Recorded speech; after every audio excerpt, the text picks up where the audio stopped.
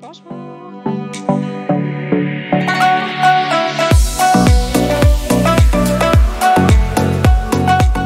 Vous savez, dans la francophonie, il y a plusieurs accents.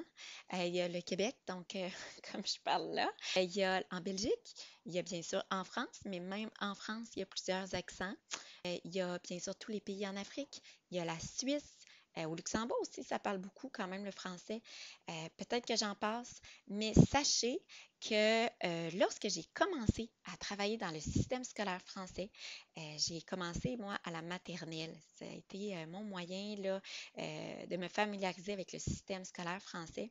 Et puis, je changeais mon accent pour parler comme ça. Alors, les enfants, comment vous avez aimé l'histoire? Est-ce qu'il y en a qui voudraient répondre?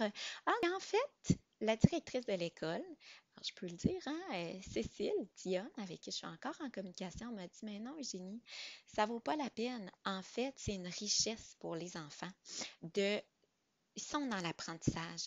Donc, d'apprendre d'autres langues, d'apprendre que dans la francophonie, il y a une diversité d'accents. Et puis, j'ai tellement trouvé ça beau, ça m'a parlé, puis je me suis dit, ben c'est vrai. Pourquoi se cacher finalement? Pourquoi, alors que les enfants vont se familiariser avec cette belle diversité-là, et puis ils comprennent très bien finalement.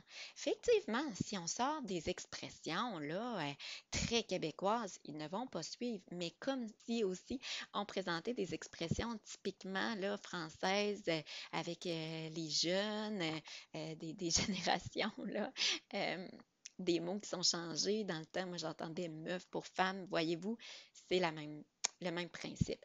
Donc, ce que je voudrais que vous reteniez aujourd'hui, s'il y a des hésitations par rapport à avoir une intervention de la rééducation, des adaptations, d'apprendre à compenser des difficultés d'apprentissage à cause de l'accent des orthopédagogues, je pense que c'est pas nécessaire de se limiter à ça. Et je pense que on a une ouverture d'esprit. Au contraire, surtout avec l'expatriation, on est habitué d'être dans différents contextes, différentes cultures, et c'est tellement riche toutes les pratiques d'enseignement, d'apprentissage efficaces qu'on a à apporter aux enfants.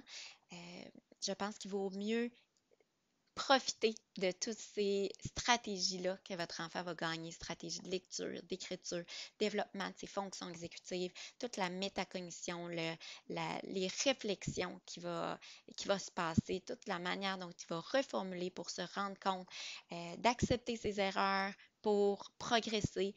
C'est beaucoup de pratiques qui sont peut-être alternatives, valorisantes, qui vont faire en sorte que votre enfant va progresser. Ça ne vaut pas la peine de se limiter à l'accent, je pense. Et selon aussi beaucoup de parents et d'enfants, ils aiment ça en fait, hein? C'est chantant qu'on nous dit souvent, il y a une belle mélodie, ça les change. Donc, je vous dirais, allez faire l'essai, puis vous verrez. Mais n'hésitez pas. Au plaisir.